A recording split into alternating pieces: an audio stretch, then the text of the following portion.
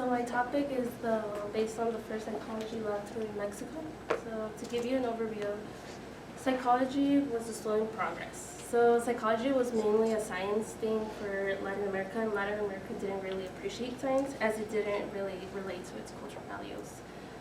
So it started off as a philosophy, and they followed a lot of the ideas of Aristotle and St. Thomas.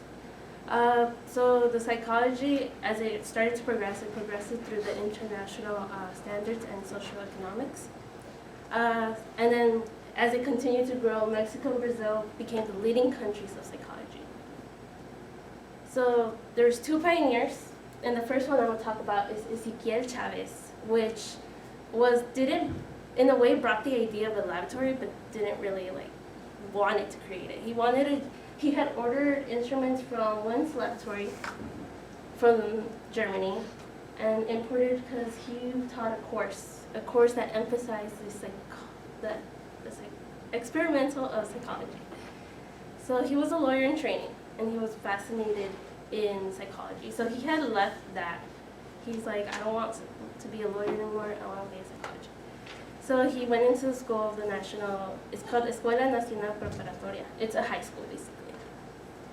And he became the director, which he brought his course. He noticed that Tishner worked with Wundt, and he ordered his book, Tishner's book named Elements of Psychology. He translated it in Spanish in 1897, and he used it for his course in order to emphasize more on the experiments of psychology. As I mentioned, he ordered instruments from Germany, from Wundt's laboratory, and he only wanted to use them as demonstration purposes. He ordered them in 1902, but a year later, in 1903, he started the creation of the University of Mexico. More advanced than National Preparatory, because high school was, in a way, you're in a university by then. So high school, you already had your career, and so it was like he wanted to do separately. Like the university wanted to conduct the actual experiments versus just talking about it. So he had left his position teaching and being the director of the school. So his position landed in Enrique Aragon. He was a physician. He graduated from the University National of Mexico of the Medical Center. He was in charge of preparing instruments for their demonstration in medical purposes. And he was also, like Chavez, he was a student in Chavez's course, so he was also fascinated with the fact of experimental psychology, which is why he accepted the position of teaching Chavez's course. He continued the same concept as Chavez. However, he wanted to incorporate the instruments that Chavez had ordered because they were just sitting in the basement, basically. But he wasn't able to obtain those instruments until April 23 in 1916. Until then, a few months later, in October 27, 1916, is when he established the first psychology laboratory. Since Chavez was fascinated with Wundt, he actually replicated the laboratory once. And the primary goal of the laboratory was to, as I mentioned, increase the importance of experimental psychology and the functionalism of the equipment, as well as conducting basic and applied psychology. So the location of where the instruments were located is very interesting, as the location was used with a variety of people. The location was only available for educators only, as well as, and fun fact is, women were able to get their education during this time. So they were allowed into this building as long as they had a degree in something. As well, like I mentioned, Chavez created the creation of the University of Mexico. He had his offices in these buildings. So all faculty of the University of Mexico were located in here, in this building. This is called the Palacio de Autonomía. As well, during this time, there was a revolution of Mexico, Mexican Revolution.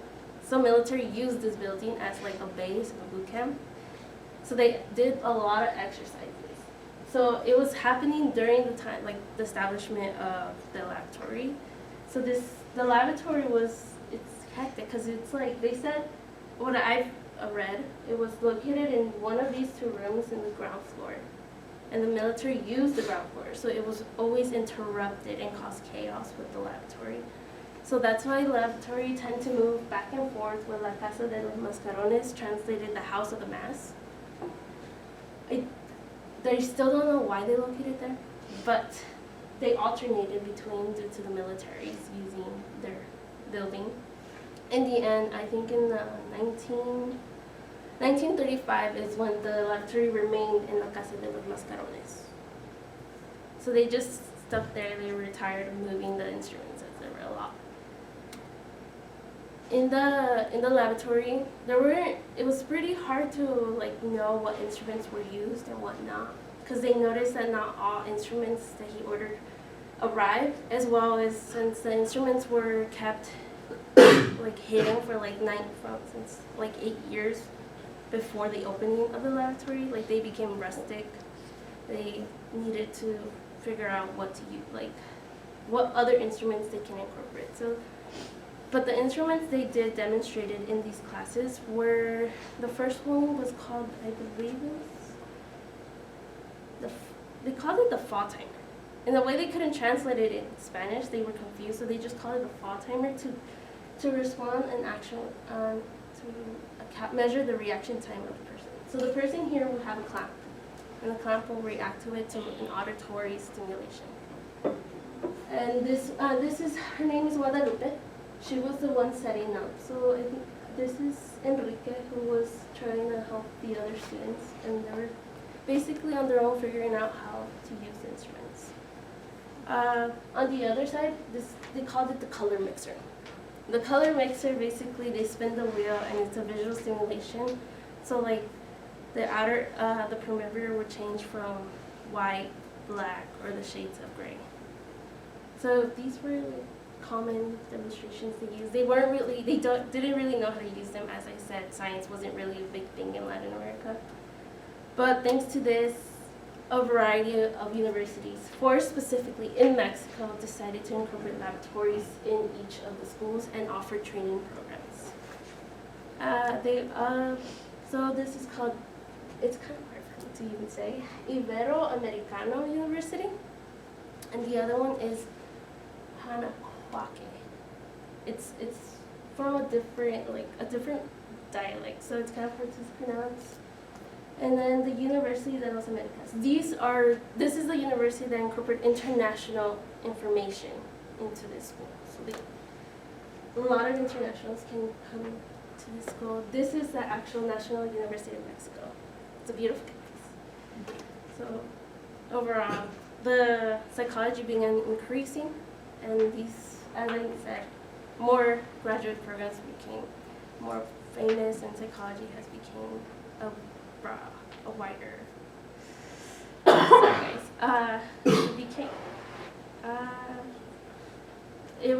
The development of psychology became a big impact for Mexico. A lot of psychologists started working with the government.